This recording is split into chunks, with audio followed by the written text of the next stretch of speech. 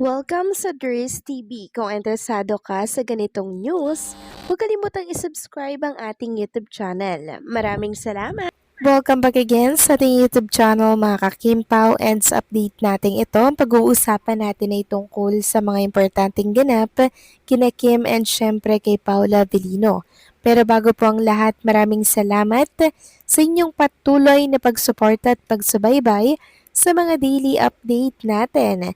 Kaya naman bilang pasasalamat, narito po ang ilang napili kong komento patungkol ito sa naging previous update. Una komento mula po ito kay Ginang Juliet Gonzaga. Sabi niya po dito, huwag kayong maniwala, sabi nga ni Sian Gaza, scammer daw si Rudy Baldwin. Alam niyang maraming pera ang Kim Pao fans, kaya pinagpeperahan ang mga fans dahil makapagbigay ang Kim Pao fan. Pakinggan niyo ang sabi ni Sian Gaza. So maraming salamat po sa komento, Ginang Juliet Gonzaga. Yes, napanood ko na po ang tungkol dyan sa naging statement po ni Sian Gaza. Sabi niya nga doon, may dalawa daw personalidad na lumapit sa kanya. So yun daw po yung mga nahulaan ni Rudy Baldwin at para daw po hindi matuloy yung mga hula na masama. So ayon po kay Sian Gaza mga kakimpaw, meron daw pong binibenta si Rudy Baldwin na amulet para po pananggala sa mga masama po na hula. Tapos may pray over pa daw po at yun daw ay nagkakahalaga lahat-lahat ng 100,000. So ibig sabihin, pag nanghula siya, magbebenta po siya ng pananggalang sa mga masasama po na hula laban doon sa mga tao po na hinulaan niya. O 'di ba, may instant pera mga kakimpaw. Kaya kung ako sa inyo, wag kayong magpapaniwala po sa mga manghuhula, 'di ba? Kasi minsan ganito po talaga yung nangyayari, inaabuso, 'di ba? Pinagkakaperahan. Lagi po nating tatandaan na wala pong ibang makakapagsabi ng kapalaran natin kundi po ang Panginoon Diyos lamang.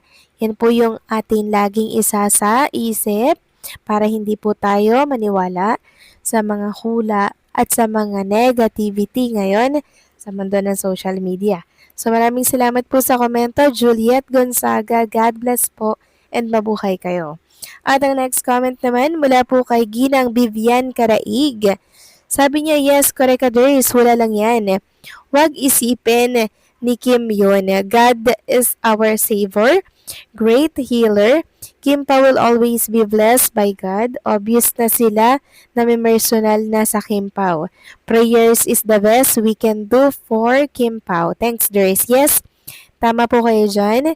Ginang Vivian Karaig.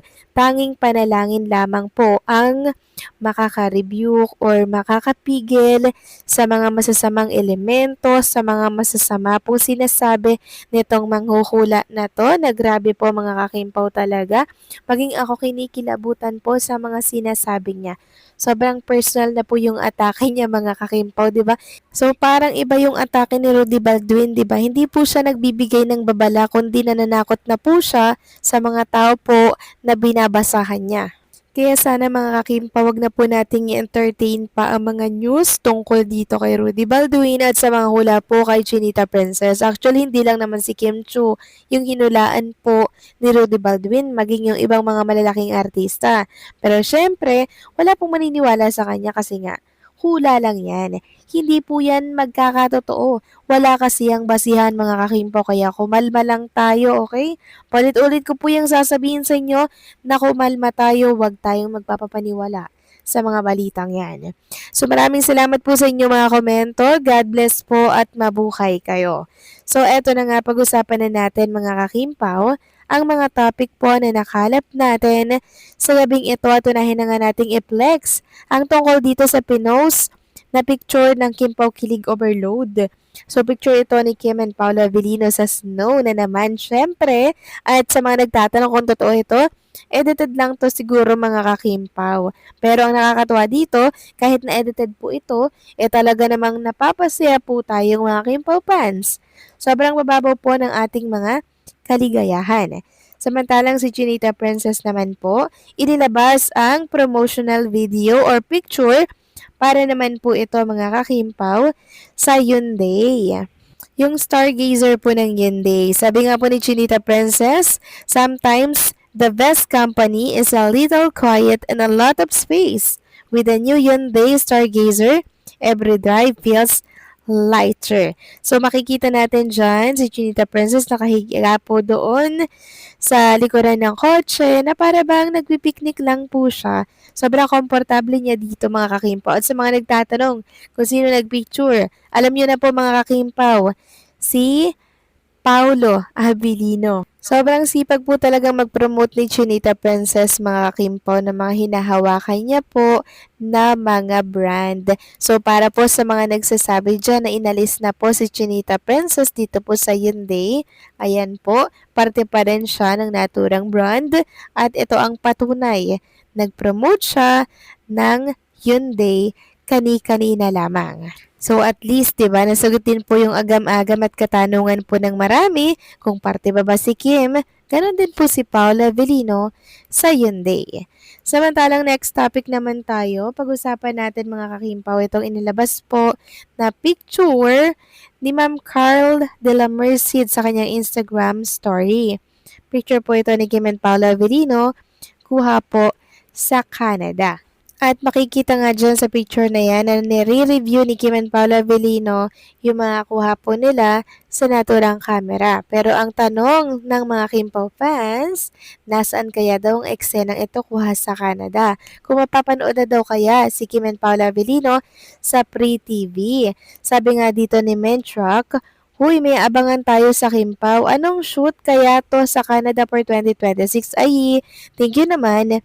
Baka kasama to sa pre-TV ng Di Alibay. Yung mga uncut scene na abangan natin to, Miga. So, ibig sabihin magkakaroon ng project si Kim and Paula Avellino for 2026. Siguro part 2 to ng Di Alibay. Kasi ang daming hindi natin nakita mga Kimpaw na sinut ni Kim and Paula Avellino sa iba't ibang lugar. Katulad nito, kuha po sa Canada, hindi rin naman natin ito nakita dun po sa grand finale ng Di Alibay, di ba? Sa Prime Video PH. So siguro kung ilalagay ito sa Pre-TV, marami nating mapapanood na hindi natin nakita sa Prime Video PH. Marami po kasi ang cut doon mga kakimpaw, pero ang Alibay, pag nilagay na sa Pre-TV, doon natin makikita yung talagang uncut. Walang labis, walang kulang at possible na ilagay nga po ang eksena ni Kim and Paula Avellino kuha po sa Canada. Naku, kailan kaya ipapalabas ito mga kakimpaw sa Free TV nang sa ganun meron na pong bagong libangan ang mga Kimpaw fans natin na lagi pong nag-aabang kay Kim and Paula Avellino. Huwag kayong mag-alala dahil i-update ko naman agad sa inyo yan sa oras po na magkaroon ng announcement tungkol dito. So masaya ba kayo mga Kimpaw? Please comment down below and syempre don't forget to like, share, comment, and subscribe.